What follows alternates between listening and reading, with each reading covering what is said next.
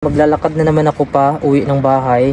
Estimate ko siguro nasa 40 minutes na tayo naglalakad. Mula dito, maglalakad tayo papunta ng city sa bahay.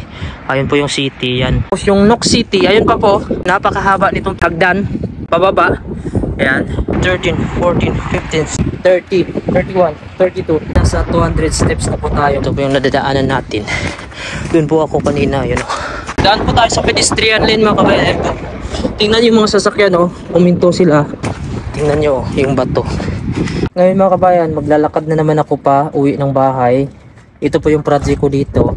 Yung kasama ko kasi na Greenlandic na una na siya umuwi kanina alas 3. So ako naman nag-overtime ako dahil nga mayroong project dito na binigay yung boss ko, may pinagawa sa akin. So kailangan kong tapusin ngayon dahil bukas iba na naman yung project ko.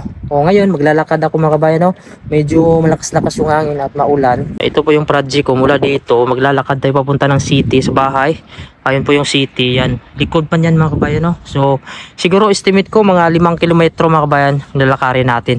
So, tara ipakita ko sa inyo yung daanan dito. Ngayon mga kabayan, umpisa na natin maglalakad papunta doon sa bahay. Kahapon mga kabayan, no, naglakad din tayo. Pero hindi yun maulan kahapon. Medyo maganda yung panahon kahapon. Hindi po siya malakas yung hangin. Pakita ko sa inyo dito yung madadaanan natin. Yan, dito po. Dati po dito mga kabayan, puro bato lang talaga to dito. Tapos bundok siya, ganito matataas. Parang ganito lang din siya. Pinapasabugan nila para magawa ng bahay. Yan. So ito na po. Ito na po, road po ito papunta ng city. Tapos ito naman mga kabayan, may shortcutan dito. Ito mga kabayan, kuhan po ito. Kindergarten po ito. Yan. Isa yan sa mga kuhan, iwanan ng mga bata. Yan. Dito lang tayo sa gilid. Medyo madulas ng tong kalsada na to dahil may snow siya, pero natutunaw siya dahil hindi naman siya sobrang kuhan talaga ngayon, medyo hindi sobrang lamig. Medyo nasa 0 degrees lang tayo. Ganito yung mga itsura ng bahay dito mga kabayan. Yan. Madilim na siya, no? Alas 5 na po ngayon. Yan. So dito na kanto, ito talaga yung dinadaanan ko dati mga kabayan, no? Papunta dito kasi dito ako nakatira dati sa Nusuak na to. Ito yung street namin dati. Pero umalis na tayo kasi bininta na ng company ko yung bahay namin dyan. So paakyat pa tayo. Doon tayo dadaan sa may hagdan. Tignan nyo naman yung mga bahay dito. Walang katao-tao. At napakatahimik dito banda na kanto mga kabayan. So dumaan tayo dito sa mga shortcutan para hindi malayo yung mapuntahan natin. Kasi kung dadaan po tayo sa mismong kalsada, paikot pa po siya. Dahil itong Greenland ay mabato siya mga kabayan, no? At wala po siyang kalsada talaga na maayos para sa mga sasakyan. Yang ginawa nila, nagkukuha na sila mga kabayan, no? Naghuhukay. So dito po tayo. Yan, pinapasabugan. Yan po.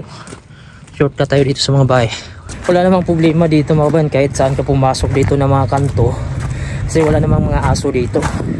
At hindi po delikado dito kasi hindi kagaya sa ibang lugar, no, na kapag pumasok ka sa mga kanto may mga aso, matatakot ka, lalo na pag may mga tao, baka mapagkamalan kang magnanakaw.